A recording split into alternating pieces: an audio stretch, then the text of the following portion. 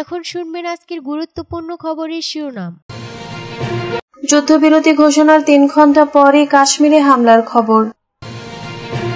ইউক্রেনের সঙ্গে সরাসরি আলোচনায় বসার প্রস্তাব পুতিনের, যুদ্ধবিরতি প্রশ্নে নীরব।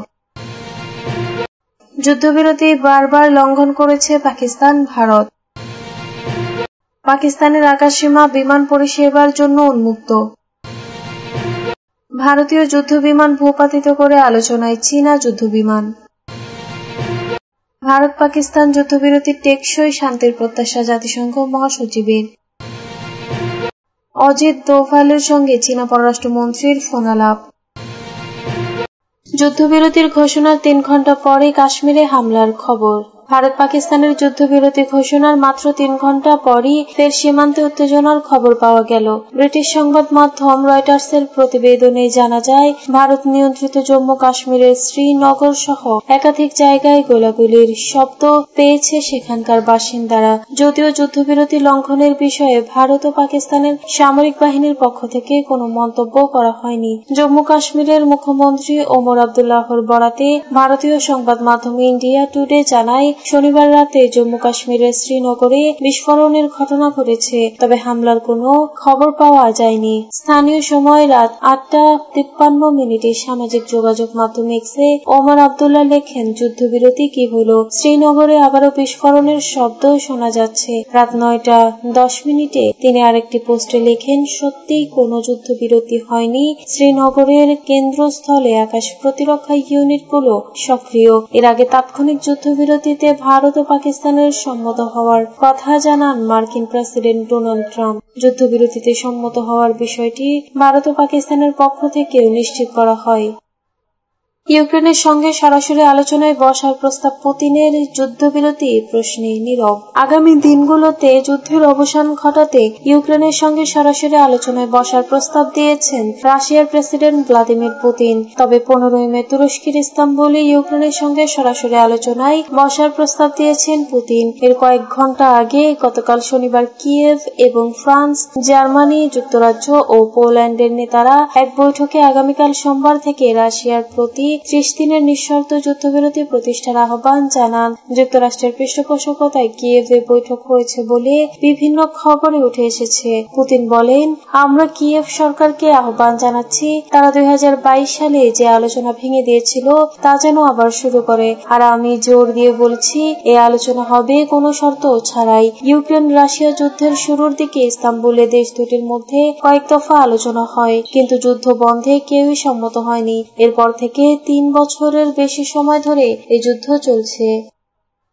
যুদ্ধবিরতি বারবার লঙ্ঘন করছে পাকিস্তান, ভারত। যুদ্ধবিরতি ঘোষণার কয়েক ঘণ্টার মধ্যেই পাকিস্তান তা একাধিকবার লঙ্ঘন করেছে বলে অভিযোগ তুলেছে ভারত। দেশটির পররাষ্ট্র সচিব বিক্রম মিশ্রি বলেছেন, ভারতের সশস্ত্র বাহিনী এর যথাযথ উপযুক্ত জবাব দিচ্ছে। শনিবার রাত 11টার কিছুক্ষণ আগে নয়াদিল্লিতে সংবাদ সম্মেলন করেন বিক্রম মিশ্রি। তিনি বলেন, শনিবার সন্ধ্যায় যুদ্ধবিরতি সংক্রান্ত যে সমঝোতা হয়েছে, পাকিস্তান তা বারবার লঙ্ঘন করছে। ভারতের সশস্ত্র বাহিনী পাকিস্তানের যুদ্ধবিরতি লঙ্ঘনের যথাযথ উপযুক্ত জবাব দিচ্ছে। এ বিষয়ে তাৎক্ষণিকভাবে পাকিস্তানের প্রতিক্রিয়া পাওয়া যায়নি, আর ভারতের অভিযোগের সত্যতা যাচাই করতে পারেনি এএফপি।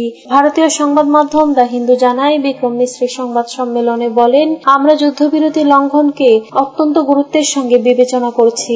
আমরা পাকিস্তানের প্রতি আহ্বান জানাচ্ছি, তারা যেন যুদ্ধবিরতি লঙ্ঘনের ঘটনাগুলো গুরুত্ব সহকারে বিবেচনা করে এবং দায়িত্বশীলভাবে পরিস্থিতি মোকাবেলা করে। ভারত নিয়ন্ত্রিত কাশ্মীরের শ্রীনগরে শনিবার রাতে বিকট বিস্ফোরণের শব্দ শোনা যায়। ভারত সরকারের একটি সূত্র অভিযোগ করেছে, যুদ্ধবিরতি ঘোষণার মাত্র কয়েক ঘণ্টার মাথায় পাকিস্তান যুদ্ধবিরতি লঙ্ঘন করেছে।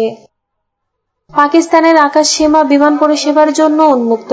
পাকিস্তান বিমানবন্দর কর্তৃপক্ষ পিএএ জানিয়েছে, সব ধরনের ফ্লাইটের জন্য পাকিস্তানের আকাশ সীমা পুরোপুরি প্রস্তুত করা হয়েছে। শনিবার তাদের বিবৃতিতে জানানো হয়েছে, দেশের সব বিমানবন্দর স্বাভাবিক ফ্লাইট পরিচালনার জন্য প্রস্তুত রয়েছে। এর আগে ভারত ও পাকিস্তানের মধ্যে যুদ্ধবিরতি ঘোষণা করা হয়। ভারতীয় সময় বিকাল 5টা থেকে যুদ্ধবিরতি কার্যকর হয়েছে। যুদ্ধবিরতি তাৎক্ষণিকভাবে কার্যকর হবে জানিয়ে পাকিস্তানের পররাষ্ট্রমন্ত্রী ইসাকদার বলেছেন, পাকিস্তান সবসময় এই অঞ্চলে শান্তি ও নিরাপত্তার জন্য সংগ্রাম করেছে, তবে এক্ষেত্রে আমরা আমাদের সার্বভৌমত্ব এবং অখণ্ডতা নিয়ে কখনো আপোষ করিনি। অপরদিকে ভারতের পররাষ্ট্র সচিব বিক্রম মিশ্রি বলেছেন, ভারত ও পাকিস্তান উভয় স্থল, আকাশ ও সমুদ্র সব ধরনের গুলিবর্ষণ এবং সামরিক পদক্ষেপ বন্ধ করবে।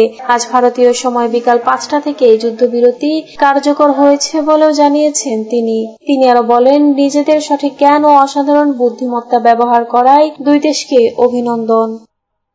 ভারতীয় যুদ্ধবিমান ভূপাতিত করে আলোচনায় চীনা যুদ্ধবিমান। ভারত পাকিস্তান উত্তেজনার মধ্যে এই আলোচনায় এসেছে চীনের তৈরি যুদ্ধবিমান। ব্রিটিশ বার্তা সংস্থা রয়টার্স ও মার্কিন সংবাদ মাধ্যম CNN এর প্রতিবেদনে পাকিস্তান পরিচালিত চীনা যুদ্ধবিমান কমপক্ষে 2টি ভারতীয় যুদ্ধবিমান ভূপাতিত করার বিষয়টি নিশ্চিত করার পর আগ্রহ আরও বেড়ে যায়, যা যুদ্ধক্ষেত্রে বেইজিং এর প্রযুক্তির জন্য বড় মাপের অগ্রগতি বিবেচিত হচ্ছে। বিশ্বের বিভিন্ন গণমাধ্যমে দেখা গেছে, চীনের তৈরি এই J-10C জেট কিনতে এরই মধ্যে আগ্রহ দেখিয়েছে মিশর ও আজারবাইজান। অন্যদিকে ব্রাজিলের কাছে চীন আনুষ্ঠানিকভাবে এই বিমান কেনার প্রস্তাব দিয়েছে। ফ্রান্সের তৈরি রাফায়েল তার ইতিহাসে প্রথমবারের মতো ধরাশায়ী হল চৈনিক প্রযুক্তির কাছে। রয়টার্সের মতে, 2 মার্কিন কর্মকর্তা নিশ্চিত করেছেন, পাকিস্তান আকাশ থেকে আকাশে নিক্ষেপযোগ্য ক্ষেপণাস্ত্র নিক্ষেপ করতে চীনা জেট ব্যবহার করেছিল, যার ফলে কমপক্ষে 2টি রাফায়েল ভূপাতিত হয়। বুধবার একজন ফরাসি কর্মকর্তাও CNN-কে বলেছেন, পাকিস্তানের বিমান বাহিনী ভারত পরিচালিত একটি ফরাসি রাফায়েল জেট ভূপাতিত করেছে।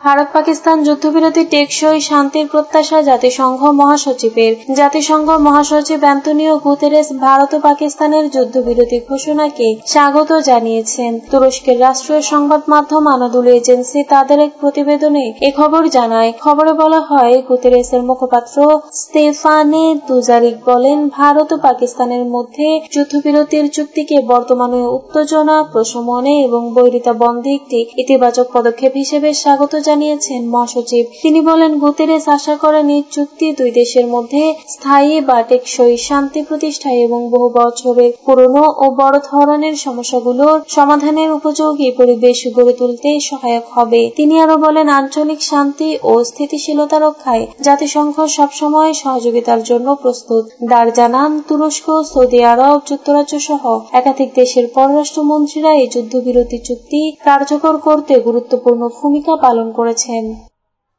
অজিত দোভালের সঙ্গে চীনা পররাষ্ট্রমন্ত্রীর ফোনালাপ। ভারত ও পাকিস্তান যুদ্ধবিরতিতে প্রতিশ্রুতিবদ্ধ এবং শিগগিরই আঞ্চলিক শান্তি ও স্থিতিশীলতা ফিরিয়ে আনতে কাজ করেছে বলে চীনের পররাষ্ট্রমন্ত্রীকে জানিয়েছেন ভারতের জাতীয় নিরাপত্তা উপদেষ্টা। চীনের পররাষ্ট্র মন্ত্রণালয় এক বিবৃতিতে কথা জানিয়েছে খবর বিবিসির। ওই বিবৃতিতে বলা হয়েছে, দোভাল বলেছেন যে ভারতের পেহেলগামে হামলায় ভারতীয়দের মধ্যে গুরুতর হতাহতের ঘটনা ঘটেছে।